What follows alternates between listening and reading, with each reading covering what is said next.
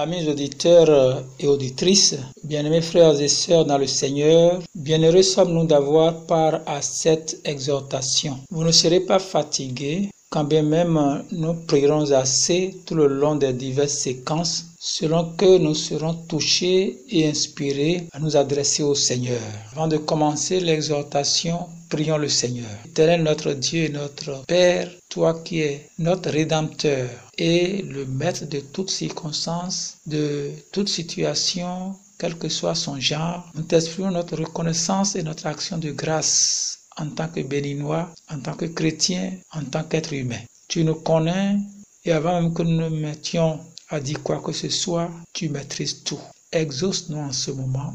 Prépare les cœurs pour écouter et comprendre ce message. À toi seul revient la gloire. C'est au nom de Jésus que nous avons prié. Bien-aimés, ce n'est plus un secret pour personne.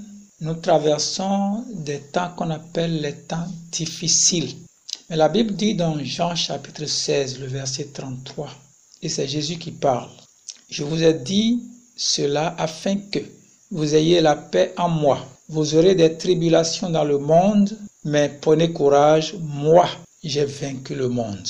Vous savez, à l'instar des autres humains du monde entier, les Béninois de toutes catégories socio-professionnelles, de toutes catégories religieuses aussi, sont confrontés à des temps difficiles. Les dites difficultés qui sont d'ordre économique et sanitaire n'épargnent pas les chrétiens. Il y a lieu de se connaître, il y a lieu de faire preuve de sa conviction dans l'espérance.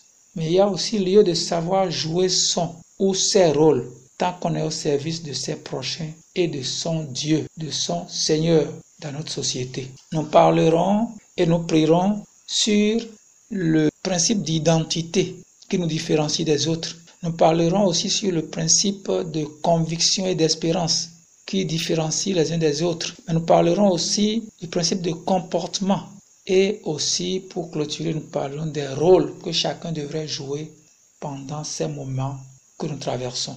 Abordons le premier principe que j'ai nommé le principe d'identité. Avant les temps difficiles, le chrétien a ou devrait avoir une identité qui le différencie des autres. Il s'agit de sa relation de filiation qui le lie au Créateur et Sauveur. La Bible dit dans Jean chapitre 15, le verset 3, première partie, je cite, « Déjà vous êtes purs à cause de la parole que je vous ai annoncée. » Je reviendrai sur ce passage tout à l'heure. La Bible dit par ailleurs, et c'est dans Romains 3, le verset 28, je cite, « En effet, nous estimons que l'homme est déclaré juste par la foi, indépendamment des œuvres de la loi. » Fin de citation. Il est donc purifié et justifié à cause de la parole de Jésus, c'est-à-dire la bonne nouvelle qui lui a été annoncée et qu'il a reçue. Dieu le Créateur use jusqu'ici de patience, amis auditeurs, et attend que de cet instant, tu y réfléchisses, que tu acceptes l'offre afin d'en profiter pour changer d'identité. Vous savez, nous avons lu dans la Bible que ça s'est passé en Égypte au moment où des ténèbres dictaient leurs lois.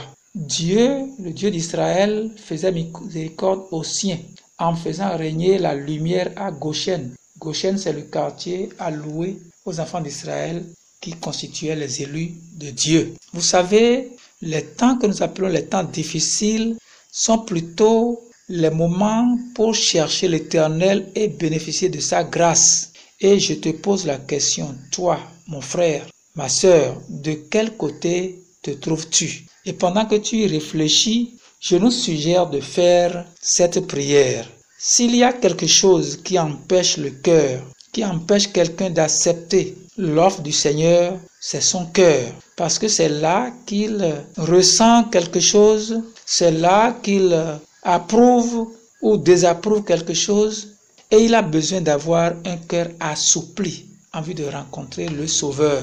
Nous allons élever la voix, chacun en ce qui le concerne. Et nous allons prier pour demander l'intervention du Saint-Esprit pour l'assouplissement des cœurs, puisque nous parlons d'identité. Et ça va se passer au niveau du cœur. Prions pour que le Seigneur assouplisse nos cœurs afin que nous puissions rencontrer ce Sauveur. Élève la voix et prie le Seigneur maintenant. You alone deserves my praise.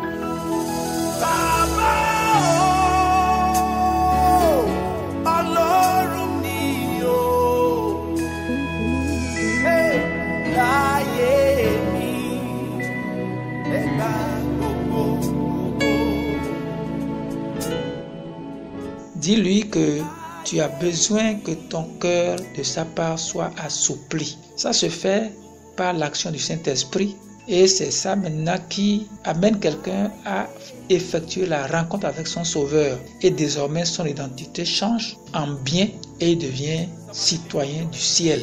Je parle du ciel de Dieu, la demeure de Dieu. Prie le Seigneur. In my life be glorified.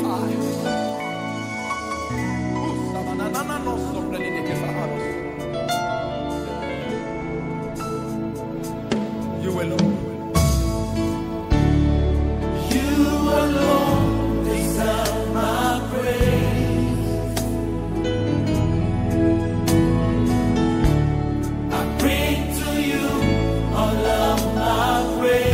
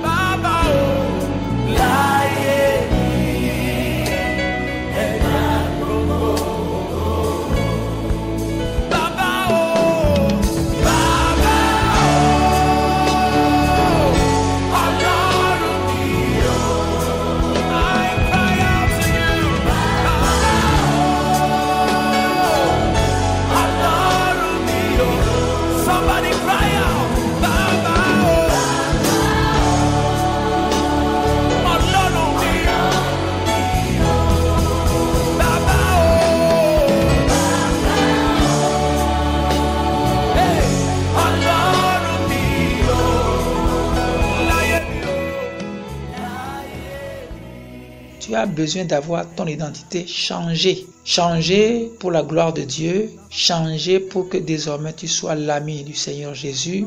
Changée pour que ton nom soit inscrit dans le ciel. Changée pour que les considérations qui avilissent le monde ne soient plus ton lot. Tu vas avoir ton identité changée. Nous sommes dans le même monde, mais certains ont une identité que Dieu approuve. Et cela doit changer dans ta vie aujourd'hui. Prie le Seigneur. Deserves my praise.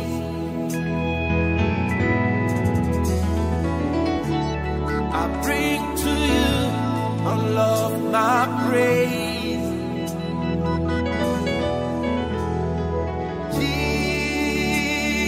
Jesus, Jesus, Father, glorify your name. Baba, Ọlọ́run mi o. Baba, Ọlọ́run mi o. Baba, Ọlọ́run mi o. Hey, láyé mi, ẹ̀ka gbogbo. Au nom de Jésus, nous avons prié. Nous allons faire cette prière. Vous savez, pour que le cœur soit assoupli, comme je le disais, un miracle doit avoir lieu. Et ce miracle-là, ce n'est pas l'homme qui l'invente. Ce n'est pas le prédicateur qui l'invente. Mais ça se passe avec Dieu. Nous allons prier pour demander que le miracle décrit par Dieu lui-même dans Ézéchiel chapitre 36. Je dis Ézéchiel chapitre 36. Nous pourrions lire les versets 25 à 27. Et ça dit, « Je vous aspergerai d'eau pure et vous serez purifiés. » C'est Dieu qui parle. « Je vous purifierai de toutes vos impuretés et de toutes vos idoles. Je vous donnerai un cœur nouveau et je mettrai en vous un esprit nouveau. Je retirerai de votre corps le cœur de pierre et je vous donnerai un cœur de chair. C'est mon esprit que je mettrai en vous. Ainsi, je vous ferai suivre mes prescriptions, je vous ferai garder et respecter mes règles. Fin de citation. Nous allons prier, disais-je, pour demander que ce miracle, promis d'ailleurs par Dieu, s'accomplisse dans nos vies respectives. Prions le Seigneur.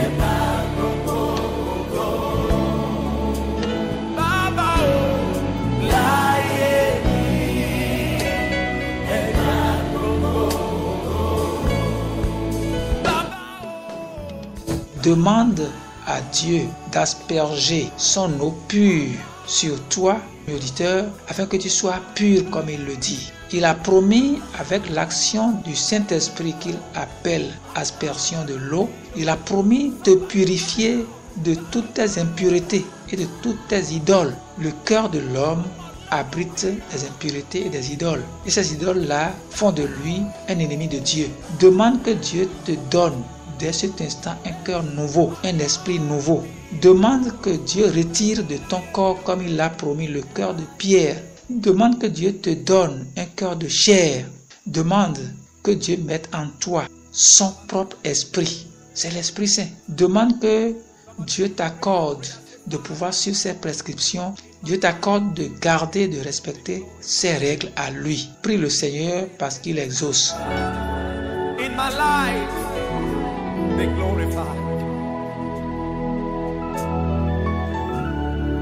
You alone deserves my praise. I bring to you all of my praise.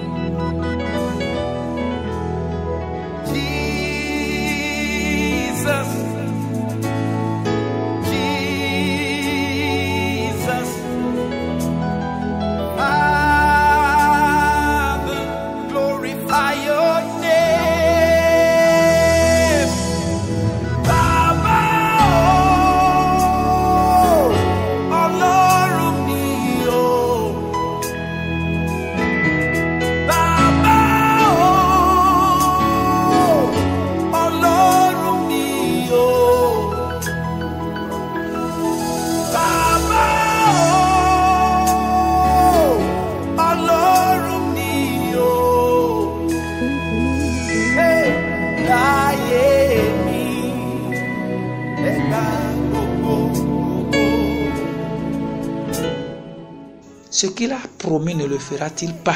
Quand c'est Dieu qui promet, il tient parole.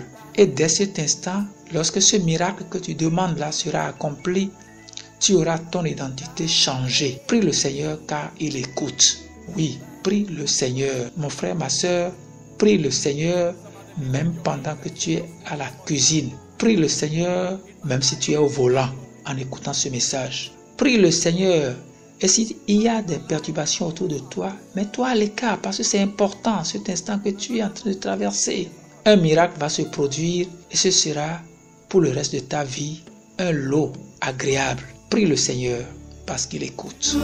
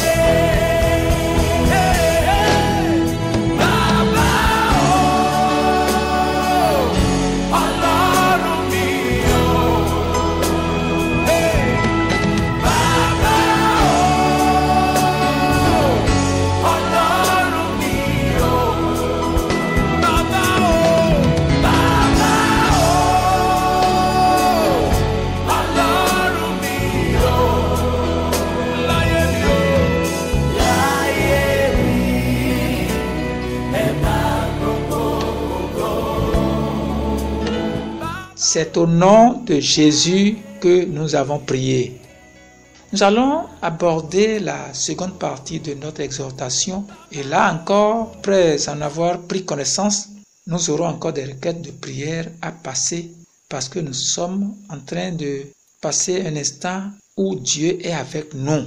Vous savez, dans les temps que nous traversons, on parle aussi du principe de conviction et d'espérance. Durant les temps difficiles, ceux qui n'ont pas encore répondu à l'appel de Dieu s'affolent et Dieu s'en moque. La Bible dit dans Proverbes chapitre 1, les versets 24 et 25, je cite, « Puisque j'appelle et que vous résistez, puisque j'étends la main et que personne n'y prête attention, moi aussi je rirai quand vous serez dans le malheur. » Vous imaginez que Dieu se mette à rire quand le monde serait en train de pleurer? Que Dieu se moque des individus humains que nous sommes, simplement parce que lui, il avait tendu sa main, que nous avons résisté. Alors que le chrétien se fait différencier et remarquer par ses expressions comportementales et se fortifie dans l'espérance. Selon 2 Corinthiens chapitre 5, le verset 7, nous lisons « Car nous marchons par la foi et non par la vue ». Ça veut dire que le chrétien ne se laisse pas distraire ou effrayer par la situation et la panique qu'elle impose déjà à certains. Nous savons que notre Dieu est le même qui éclairait de sa lumière son peuple à Goshen. J'ai expliqué tout à l'heure que Goshen, c'était l'endroit, disons le quartier alloué aux élus de Dieu. Tandis que l'autre côté de l'Égypte souffrait atrocement et désespérément des douleurs de plaie. La Bible a appelé ça plaie. Et plus tard aussi, l'autre côté souffrait de deuil généralisé. Ça se trouve dans Exode chapitre 10, les versets 23 et 24. Pendant que tout semble visiblement et humainement absurde, c'est le temps que nous vivons maintenant. On peut vivre en Christ la vie calme et paisible dans un monde troublé. Nous avons besoin de prier, bien-aimé. Tu as besoin de prier parce que ça te concerne. Comme moi, tu es dans ce monde troublé, mais nous avons un Dieu qui peut te donner la paix. Et ton cœur en a besoin, ta vie en a besoin, ton foyer en a besoin, ton avenir en a besoin. Et il n'y a que Dieu qui maîtrise et contrôle le présent et l'avenir. Il avait même toujours contrôlé le passé. Nous allons prier et nous allons prier avec ceux qui sont troublés par les mauvaises nouvelles à la limite alarmantes qui inondent les médias. Oui, nous en savons quelque chose, à la radio, à la télé, dans les journaux, sur les réseaux sociaux. Prions pour demander à Dieu d'intervenir pour que l'ennemi ne profite pas, pour troubler la psychologie de quelqu'un, pour faire monter la tension de quelqu'un, pour rendre malade quelqu'un avant même que le fameux Covid-19 intervienne. Puisque Dieu est capable de nous faire survivre, et c'est ce qu'il va faire au Bénin. Il est capable de nous faire surmonter victorieusement ce fléau, cette pandémie. Prie le Seigneur maintenant avec moi. Disons Seigneur, nous demandons ton intervention. Tu donnes la paix à ceux-là qui la demandent, qui s'approchent de toi. Et au-delà de ce que nous entendons autour de nous, nous pouvons avoir cette paix-là. Prie le Seigneur maintenant. Glorify your name.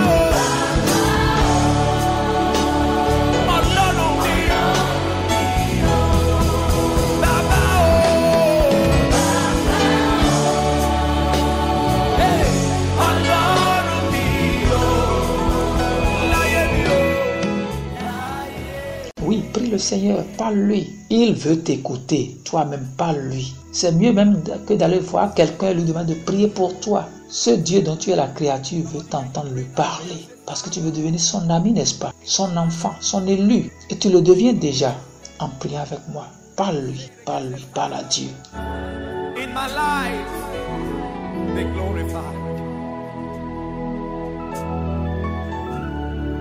You alone deserves my praise.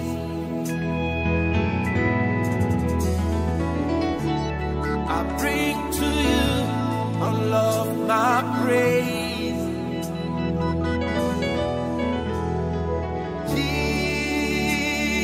Jesus, Jesus,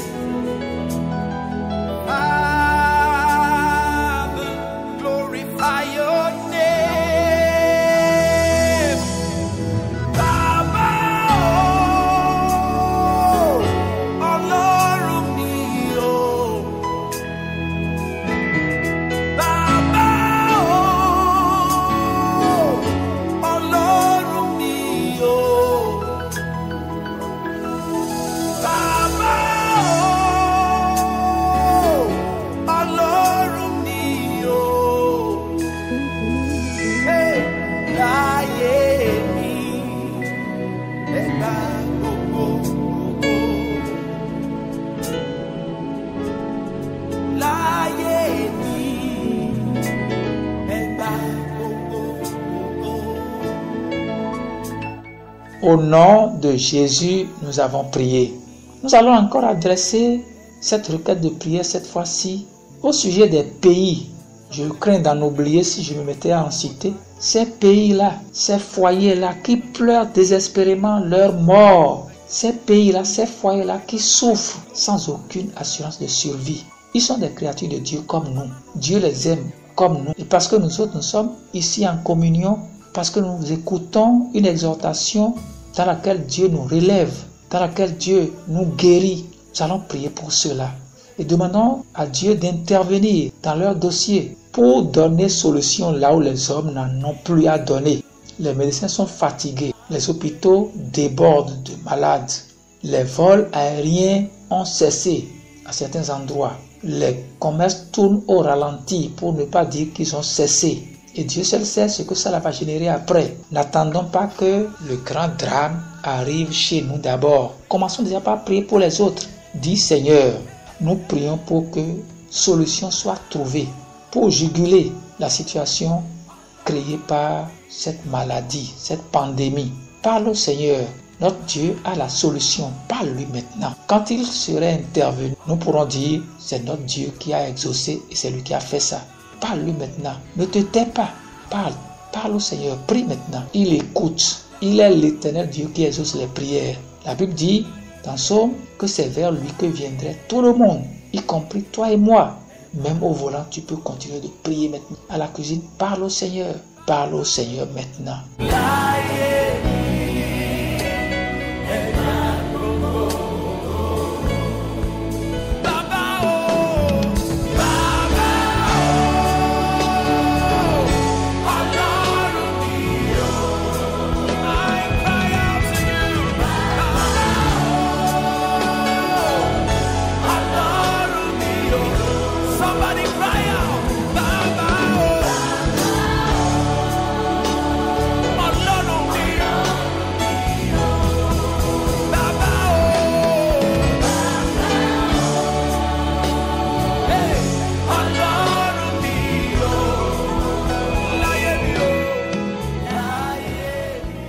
C'est au nom de Jésus que nous avons prié.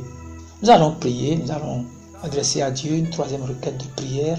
Il y a des chrétiens qui supportent difficilement la fermeture de leur lieu de culte. À tort ou à raison, ils trouvent difficile de faire ce culte-là à la maison. Ce qu'ils sont déjà, les cultes qu'ils ont toujours faits à l'église depuis leur naissance, disons, les voilà maintenant confinés quelque part.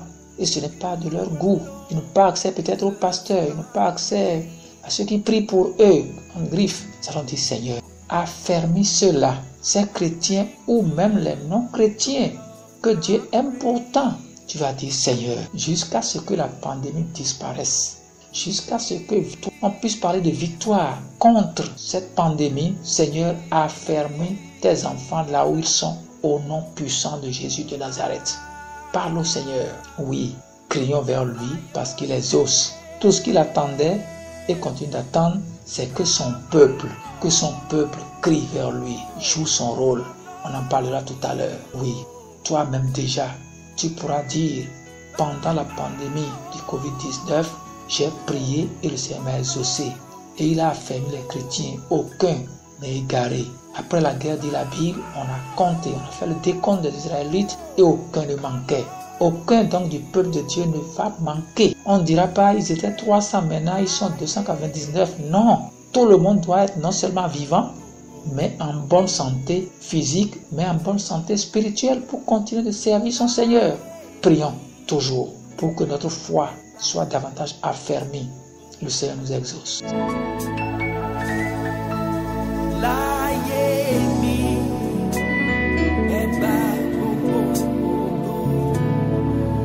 Somebody lift up your hands and say those words one more time. In my life, take all the glory. Thank you, Jesus. In my life, be glorified.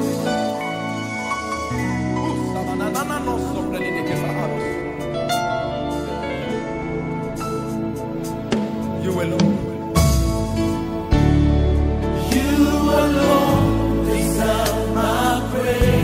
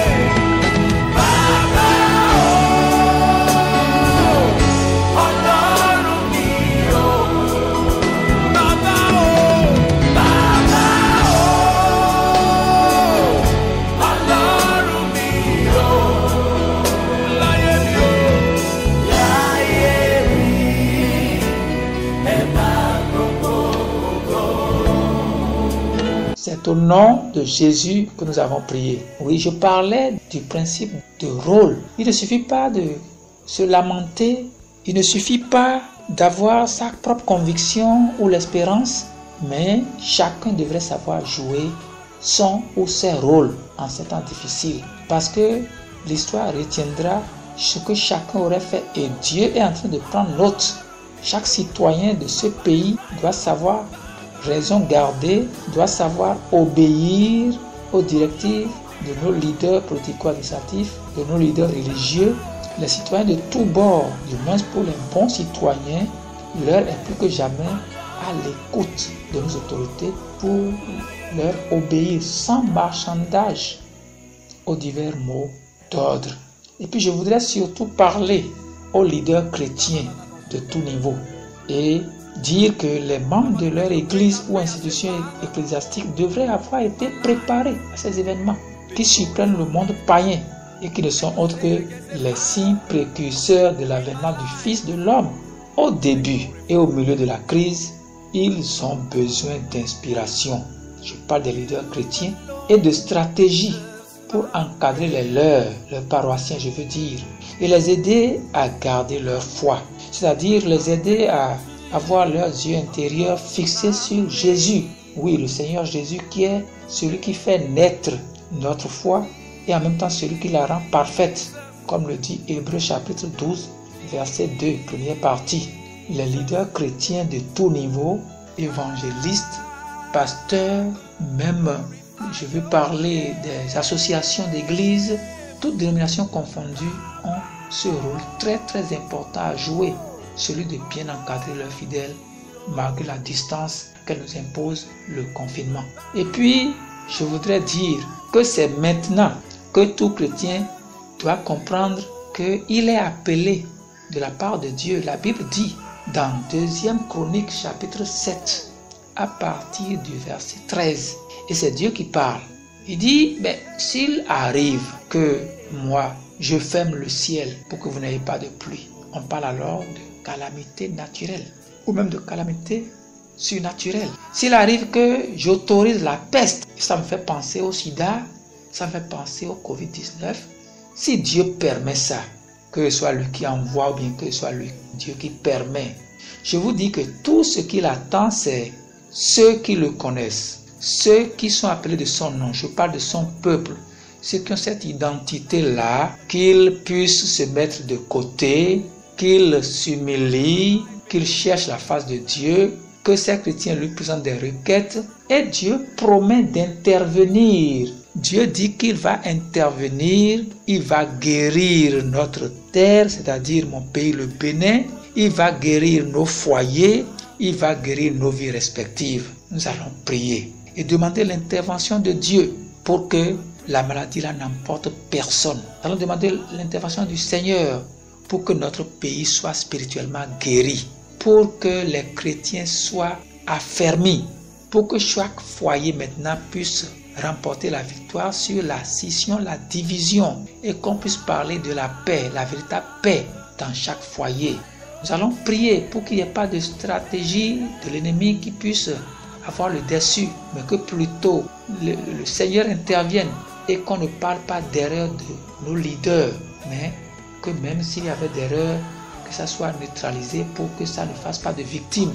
Il se pourrait même qu'il y ait des incompréhensions entre citoyens et les forces de l'ordre. Nous allons prier pour que le Seigneur intervienne, pour leur donner des solutions qui soient à la hauteur des défis du contexte que nous sommes en train de dépasser. Parce que parfois, c'est les excès de zèle d'un côté ou de l'autre, alors que nous avons le même problème et chacun devrait savoir bien jouer son rôle. Prions le Seigneur pour qu'il accorde à chacun l'humilité en temps réel, la sagesse, la stratégie, l'esprit de compréhension, pour que chacun puisse comprendre que nous avons à remporter cette victoire-là ensemble. Et c'est notre Seigneur Dieu qui en sera glorifié. Prions le Seigneur. Prie, parle à Dieu maintenant. Oui, parle à Dieu parce qu'il exauce. Somebody cry out, Baba.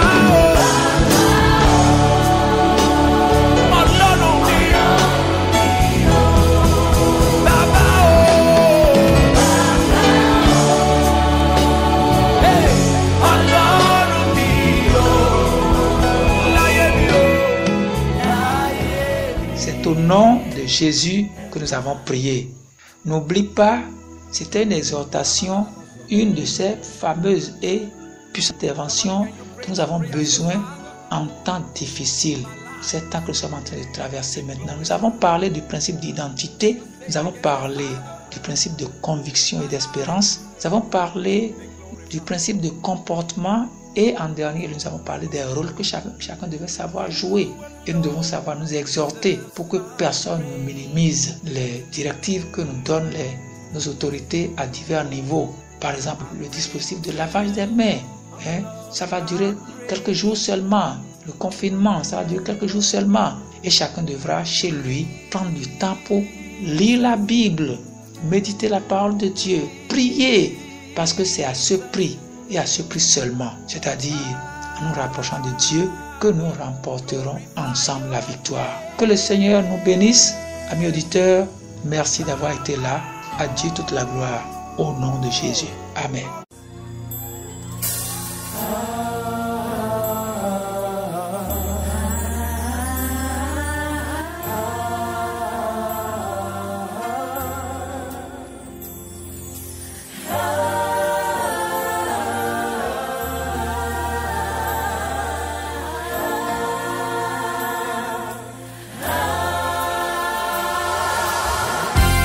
Jésus, tu es puissant.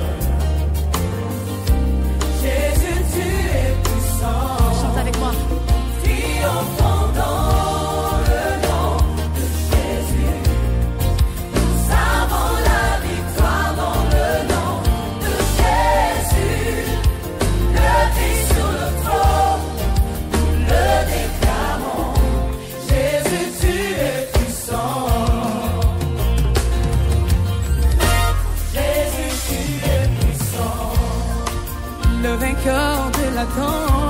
Le vainqueur de l'attend. Tu déplaces les montagnes. Pass the Lord, everybody. Jésus, tu es puissant. Oh, Jésus, tu es puissant. Jésus, tu es puissant. Oh, oh, oh, oh. Le vainqueur de l'attend. Tu déplaces les montagnes. Tu déplaces les montagnes. Oh, Jésus, tu es. Jésus, tu es puissant. Triomphant dans le nom de Jésus. Savons la victoire dans le nom de Jésus. Le Christ sur le trône, le déclarons. Jésus, tu es puissant.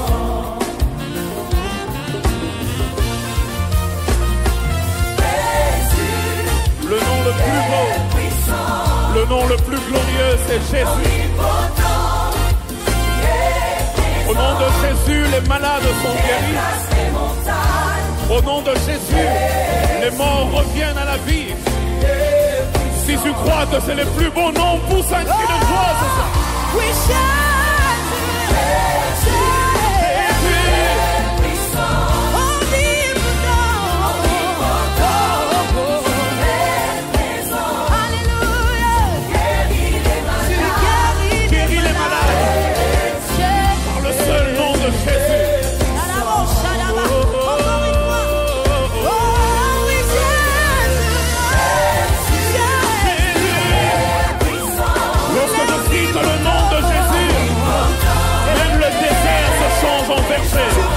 Au nom de Jésus, le verset se change en forêt. Il n'y a pas de plus grand nom que le nom de Jésus. Entendez-moi, oui Jésus, tu es puissant. Par ta puissance, tu as créé le monde. Et c'est par elle que tu la maintiens dans l'ordre. Nous t'aimons ce soir.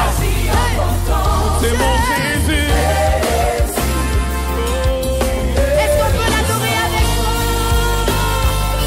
La Bible déclare que c'est par l'infinie grandeur de la puissance de Dieu que Dieu a ressuscité Jésus d'entre les morts. Je crois ce soir que sa puissance restaure toutes choses dans ta vie. Je le confesse dans le nom de Jésus. Tu déplaces les montagnes. Lorsque je cite le nom de Jésus, ma maladie s'en va. Lorsque je cite le nom de Jésus, la mort s'en va. Lorsque je cite le nom de Jésus, tout rentre dans l'ordre.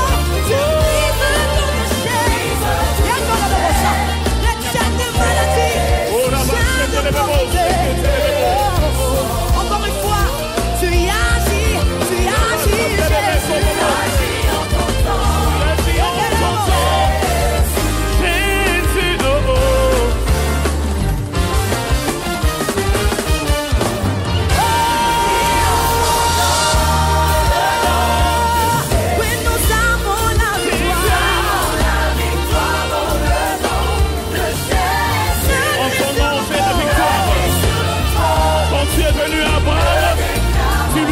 Je suis le Dieu tout-puissant. Lorsque ta puissance entre en jeu, elle change mon histoire.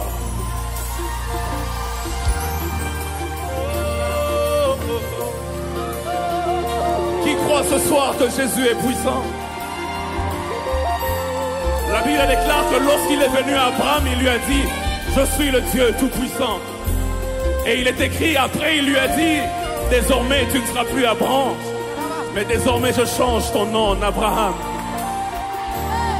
La même chose se répète lorsqu'il vient à Jacob. Il lui dit: désormais tu ne seras plus Jacob mais Israël. Je suis venu dire à quelqu'un qu'à chaque fois que la toute-puissance de Dieu se manifeste, il y a un changement d'identité. Et ce soir, je suis en train de croire par la puissance du nom de Jésus qu'il y a quelque chose de nouveau qui se passe dans ta vie. Ce soir, je suis en train de croire par la puissance du nom de Jésus que Simon se change en Pierre. Ce soir, je crois par la puissance du nom de Jésus que la stérile peut enfanter, que le célibataire peut trouver mariage, que le malade peut déclarer qu'il est guéri, que le pauvre peut dire qu'il est riche, car lorsque le Jésus puissant agit, il y a toujours quelque chose qui change. Oh, lève tes deux mains. Nous triomphons dans le nom de Jésus. Triomphons dans ton nom. Nous avons la victoire dans le nom de Jésus. La clé sur le trône. La clé sur le trône. Mon papa sur le trône. Adonai sur le trône. El Shaddai sur le trône.